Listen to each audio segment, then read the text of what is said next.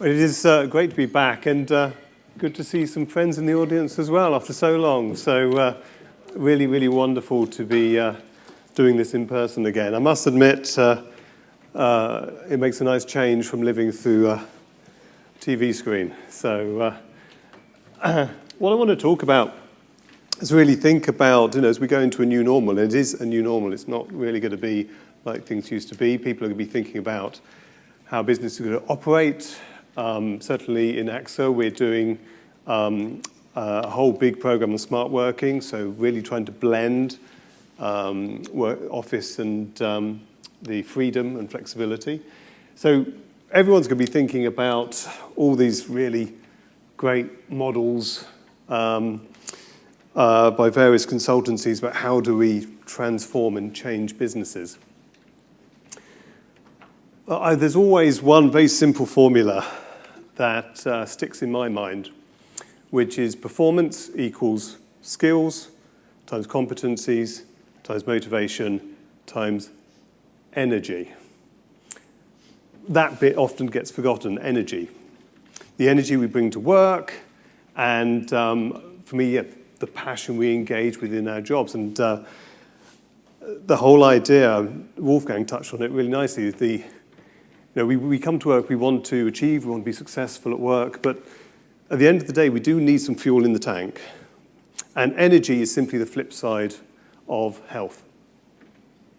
So how are we going to ensure that people have good health? And when are we going to start really thinking about the role of well-being in these kinds of models? Because there is a direct relationship between people's well-being and their ability to perform. Now, then let's consider this. You can see in the population there that we have quite a lot of people at working age at the moment, but I think for the first time in our history, we're actually facing a declining population in the younger age group. And also, the retirement age is getting older. We are going to have to support people to be healthy for longer. So I would even go further to say that well-being is no longer a nice to have, it's an absolute essential. We've got to support people in terms of, yes, their mental health, and as was said in the last presentation, mental health is not standalone, it's intrinsically linked with physical health. And vice versa. One thing I've noticed is to talk about the amount of hypertension in the population. If we get an older population, there will be more people with hypertension in the workplace. And that's not just having high blood pressure. People I've spoken to in this situation, there is a certain, you are confronting your mortality. I mean, no, if you're under 35, you're immortal, you don't need to worry about it. But no, as evidence accumulates, you have to start rethinking these things. And that's quite a lot to take on board. So no, hypertension is not a simple medical condition. It's something that can have a tremendous effect on people, same as things like diabetes, prediabetes. Someone with diabetes is much more likely to be suffering from depression. So we've got some real challenges coming down the road, and we've got to think how we're going to manage them in a much more systematic way. So for me, I think for starters, we have to acknowledge we cannot do well-being to people. They need to take ownership. They need to actually own this for themselves. But what we can do is support. Actually, well-being, so many different definitions of well-being. I mean, that gives you a clue that we're already a bit confused about what is it. Actually, there's a real diverse number of different services. Navigating this is actually quite a challenge. So we need to give people the right kind of services, but also we need to join it up. We need to make it simple. And it's got to work at scale. We've really got to deliver efficacious well-being that is going to actually move people's metrics, deliver outcomes on a mass scale. Digitalisation is definitely helping. Once again, definitely agree with what Wolfgang said, it's not the only thing. In fact, the human expert is always going to have a role. But we do have greater diversity of solutions now. Digital solutions can really help and fill in a gap. On the other hand, to flip that over into a problem, that's another service. So talk about digesting complexity. I think it's going to be really important that we work out how do we digest that complexity on behalf of our people. How do we make sure that they actually see what is relevant to them and access is easy?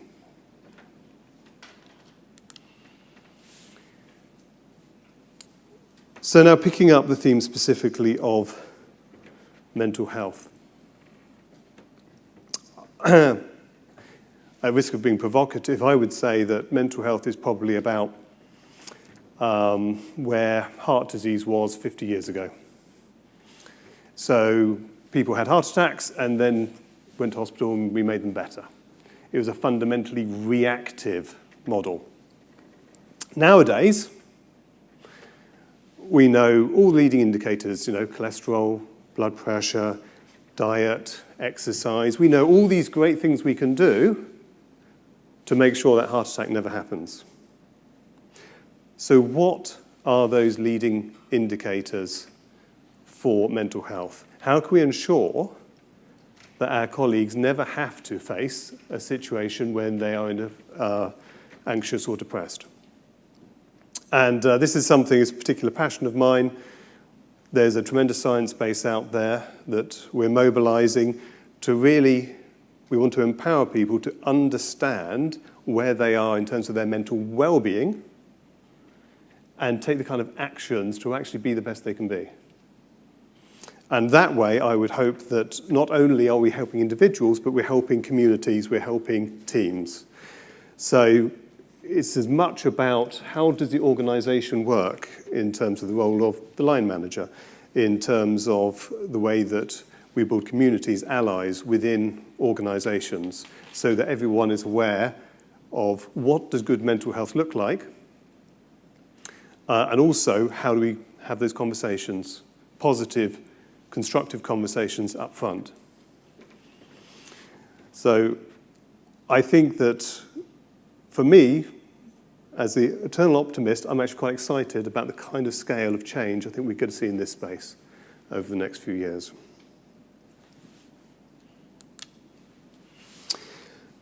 Now, to make that happen, collaboration is going to be key. There's a lot of different moving parts here in terms of the providers, the employers who ultimately own the program.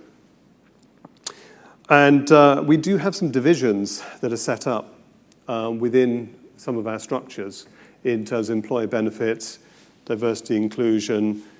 We need to start sort of joining these pieces together. Certainly, sitting on the wellbeing side of the business, we're often talking to different people than the insurance side. Now that has to stop. We can join these things together, and there's a massive benefit. On the right, there's a chart there that is simply showing the relationship between risk in the population and claim frequency and size. So there's a win-win-win here. If we can get well-being right, it's a great win for the individual in terms of their energy and their sense of accomplishment. And it's a great win for the employer as well in terms of the energy and productivity of their organization, but also, I think, a cultural benefit that comes from that kind of positivity. And finally, in terms of, there is going to be some kind of cost saving there. Can't tell you how much, but we would expect that to be the case.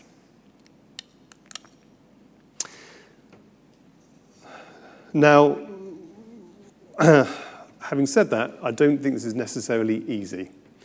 In fact, behavior change is probably the single hardest thing we can try and get people to do. And I think that we're not just talking about physical and mental health. It doesn't matter which arm of health, say, it's all joined up. We are asking people to change habits, adopt new, healthier habits, new kind of ways of interaction. That is a challenge. Some people can do it very quickly. That's what we call high self-efficacy. But a lot of people don't have that. And we need time and we need confidence to build self-efficacy. And the need to step in and support people for a period of time with coaching, either through digital or expert media, I think is going to be important to get people into those new patterns. And that is the way that we will achieve outcomes. We're probably guilty to a certain extent of having an industry that is analyzing lots of things and generating lots of data and changing nothing. Okay? In my early part of my career, I was in a diagnostics business, and I learned there was actually no money in diagnostics. Diagnostics gives you information. There is no benefit of that information until you do something with it. That's why behavior change is so important. We actually had a particular instance when we went to a client site, we did a whole load of assessments, and then there was a sort of budget pause. So hold on, we need to find some more money. A period of 6 months went by. We knew who the people were at risk who needed support. We went back to them 6 months later, and nothing had changed. So we obviously went on and delivered the coaching. But my point is, often those people who need it most also need the most support to make the change.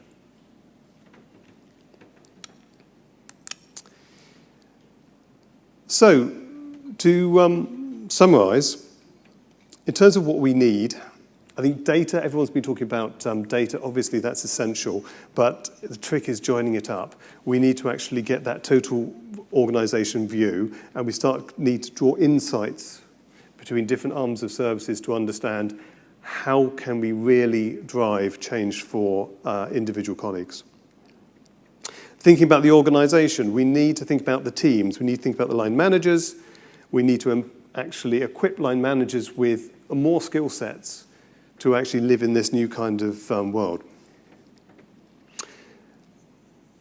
Proactivity is key. If we're talking about mental health, MSK, there's so many instances in which early intervention is significantly better for the individual. For me, making sure we're getting that early sight of need is critical, and early response systems as well. And then, as I said, behavior change. For me, this is a big challenge, and we're going to need to equip individuals. We need to provide the kind of services that can facilitate that scale of change, which can be absolutely transformational for people when they get there. So, thank you very much. Happy to take questions. Thank you, Chris. Okay, we've got a couple of questions. Anyone else who wants to ask questions, just click on the session on the app, and you'll see live Q&A, and you can post questions. So we've got a couple of questions for you. Mm-hmm. I'm hearing a lot of digital. Oh, it's moved. I'm hearing a lot of digital fatigue. What are your thoughts on finding the human-digital balance? Okay, so one of the best things you can do when you get back to your computer, this is Outlook, so apologies if you don't use Outlook, but go to your settings and default all your meetings to stop 5 minutes early. Okay, there's I can't remember the exact sequences, it's under settings, but we've got to build these kind of behaviors, and I absolutely agree that the wall-to-wall web meetings that a lot of people have experienced are shattering. They are, I would say, extremely poor for people's health. I mean, God, when do you go to the toilet? So tea breaks, coffee breaks, the kind of things we got naturally in a normal office. Make sure, your half an hour meetings are 25 minutes, your hour meetings are 50 minutes, and just get everyone in your organization to do that, and believe me, that will relieve a bit of that fatigue for starters. But broader on digital fatigue, I do think that digital is always going to have a role in making things easier and simpler for people, and if it's not doing that, then it's not doing its job. But in terms of then access to expertise, there is only so far digital can go. So if it's helping people get the support and help they need in a quick and efficient way, but ultimately they're talking to someone they need to talk to, that should be the job of digital. It shouldn't be replacing all of these services. There needs to be effectively a more of a tiering triage approach. Thank you. I think I might take that advice. Okay, we've got lots of questions coming in now. So the next one I'm going to take is, can you give an example? Sorry, I'm only hesitating because the votes are coming in. Can you give an example of how you can influence behavioural change at an individual and organisational level? Okay. How long do we have? Okay. Yeah. So, first, I would say we draw off the science base. In all things we do. This is no different. So application of things like the trans-theoretical model of change from Prochaska. What is fascinating about behaviour change is that coaches delivering this face-to-face are very effective. I am yet to see a truly compelling digital solution that does it. I've built a couple.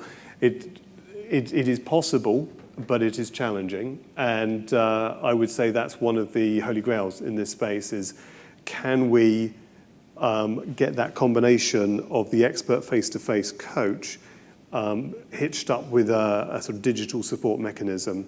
We've actually have delivered in the NHS with partners Lever, and absolutely reverse things like pre-diabetes.